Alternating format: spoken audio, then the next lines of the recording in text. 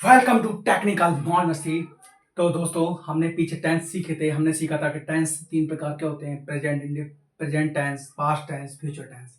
Present tense में बताया था कि है, हूँ, हैं इसका अंतिम शब्द होता है, क्योंकि वाक्य में जो प्रेजेंट टेंस में बनते हैं उनमें कार्य वर्तमान काल में होता है, क्योंकि प्रेजेंट को हिंदी में वर्तमान कहते हैं, जो चल रहा है। पास्ट में समय बीत जाता है और बीते समय में जो कार्य होते हैं वो पास्ट में होते हैं। फ्यूचर मतलब आने वाले समय में जो भी कार्य होते हैं वो फ्यूचर में होते हैं। इनके चार चार भाग थे। उनको मैंने पिछली वीडियो में बता दिया है और आप हमारे चैनल में जाकर वो वीडियो देख सकते हैं। तो हम उसका पहला पार्ट लाए हैं, प्रेजेंट इंडेफिनिट टेंस, अर्थात वर्तमान भूत, मतलब प्रेजेंट इंडेफिनिट टेंस वर्तमान में जो कार्य अनिश्चित होते हैं उस समय में होने वाले कार्यों को हम प्रेजेंट इंडेफिनिट टेंस में बनाते हैं। सबसे पहले हम इस टेंस की पहचान सीखते हैं। पहचान क्या होती है?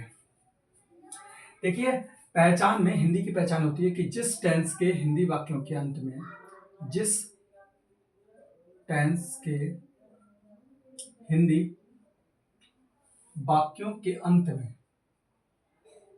वाक्यों के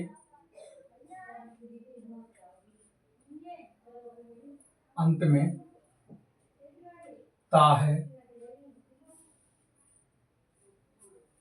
ती है, ते हैं, ऐसे शब्द आते हैं, ऐसे शब्द आते हैं, वे प्रेजेंट इंडेफिनिट टेंस के वाक्य कहलाते हैं।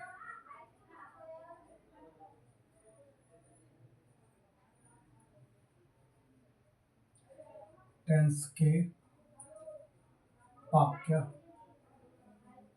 कहलाते हैं।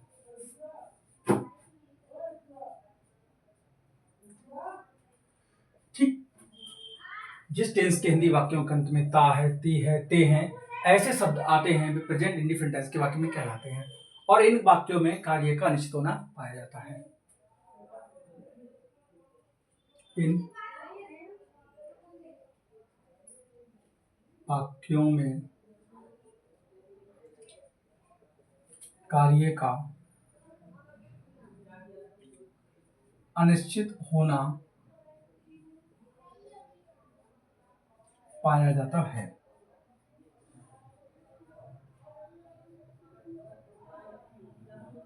पाया जाता है। ठीक है। अब बनाने का जो नियम होता है वो क्या होता है, मतलब इसको इंग्लिश में ट्रांसलेट कैसे करेंगे इसके हिंदी वाक्यों को, वो हम यहाँ सीखेंगे। ठीक है। मैं आपको कुछ बता दूं रूल में। इन वाक्यों में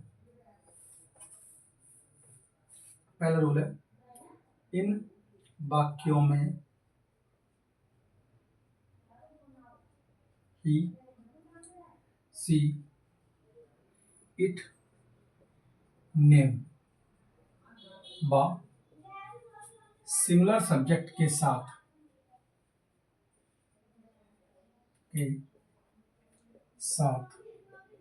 वर्ब की फर्स्ट फॉर्म में एस या एस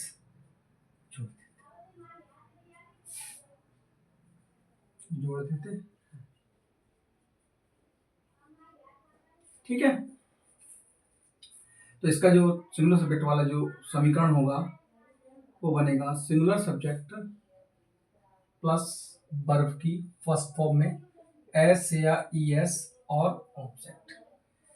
प्लूरल सब्जेक्ट में देखिए और क्या होता है, आई, बी, यू, दे, बा। प्लूरल सब्जेक्ट के साथ, सिंगुलर माने एक वचन करता है, यानी एक का बोध होता है। प्लूरल सब्जेक्ट के साथ वर्ब की फर्स्ट फॉर्म प्लस ऑब्जेक्ट, यहाँ ऑब्जेक्ट का प्रयोग करते हैं, मतलब इसमें कोई भी एस या एस नहीं लगाते हैं। ठीक है। इसका होता है rule, plural subject plus verb की फर्स्ट फॉर्म प्लस ऑब्जेक्ट। एक बात नोट रखना इसमें याद, इन वाक्यों में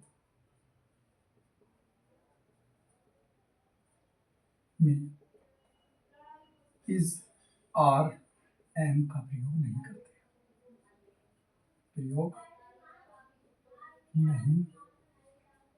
करते हैं।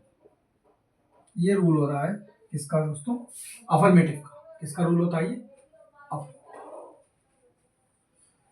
एग्जाम्पल के लिए, फॉर एग्जाम्पल एक सिंगुलर का ले लेते हैं, एक प्लूरल का। राम बाजार जाता है, राम बाजार जाता है। एक प्लूरल का, वे गरीबों की सहायता करते हैं। ठीक है, राम बाजार जाता है। अब यहाँ पर सबसे पहले सब्जेक्ट पहचानो। सब्जेक्ट क्या होता है? सब्जेक्ट होता है कि जो क्रिया है उसके साथ में हम कौन लगा दें कि ये काम जो है, क्रिया मतलब काम, क्रिया क्या होती है? वर्ब क्या होता है? Verb is an action word. तो जो एक्शन वर्ड है, जो एक्शन है, एक्शन क्या है? जाना। इसमें क्या है? सहायता करना। इसमें हम पूछेंगे कौन जाता है? राम जाता है। जो बचा वो ऑब्जेक्ट। सहायता करते हैं, कौन करते हैं? वे करते हैं। तो इसमें सब्जेक्ट क्या है? वे है, बाकी ऑब्जेक्ट। तो रूल में सबसे पहले सब्जेक्ट लगेगा। सब्जेक्ट कौन है इसमें? राम। अब मैंने बोला था ही सी इट नाम बस singular subject. He see it नाम बस सिंगुलर सब्जेक्ट। अगर ये है तो इसके बाद वर्ब लगेगी। वर्ब क्या है? गो। और मैंने बोला कि इसमें वर्ब में ऐसे ये तब जुड़ेगी जब सिंगुलर सब्जेक्ट होगा, या नाम होगा, इट होगा, ईसी होगा, ये कुछ भी। राम क्या है? किसी का नाम है, किसी व्यक्ति का नाम है, तो इसमें गो के बाद यस लग जाएगी। ठीक है, अब बाजार की लग जाएगी क्योंकि बाजार बचा। मैंने कहा था इन वाक्यों में इजारम की अंग्रेजी लगती नहीं, तो इसकी अंग्रेजी नहीं लगेगी। ठीक है, ये हिंदी में रहेगा लेकिन इसकी अंग्रेजी लगेगी नहीं। और इसकी लग जाएगी, बाजार की लगेगी इसके बाद। बाजार की क्या हो जाएगी? और गो के साथ में प्रीपोजिशन लगा देते हैं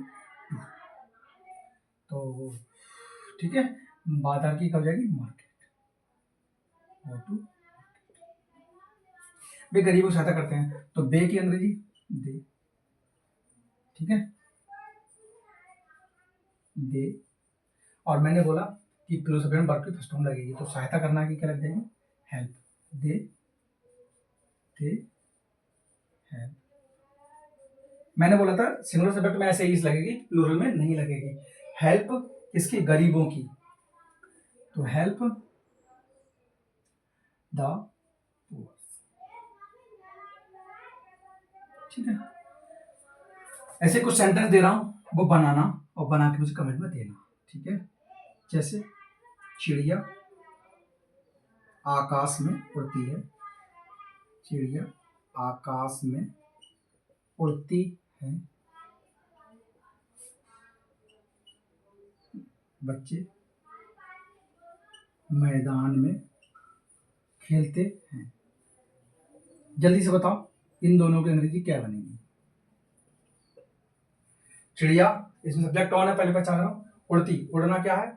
उड़ना है वर्ब। कौन उड़ती? चिड़िया। चिड़िया बर्ड है, तो बर्ड फ्लाइज। चिड़िया एक है तो बर्ड फ्लाई, और फ्लाइज, और चिड़िया बहुत सारी हैं तो फ्लाई। क्योंकि एस कब लगेगी? चिड़िया सिंगल होगी, सिंगुलर सब्जेक्ट होगी, तो इसका क्या बन जाएगा? द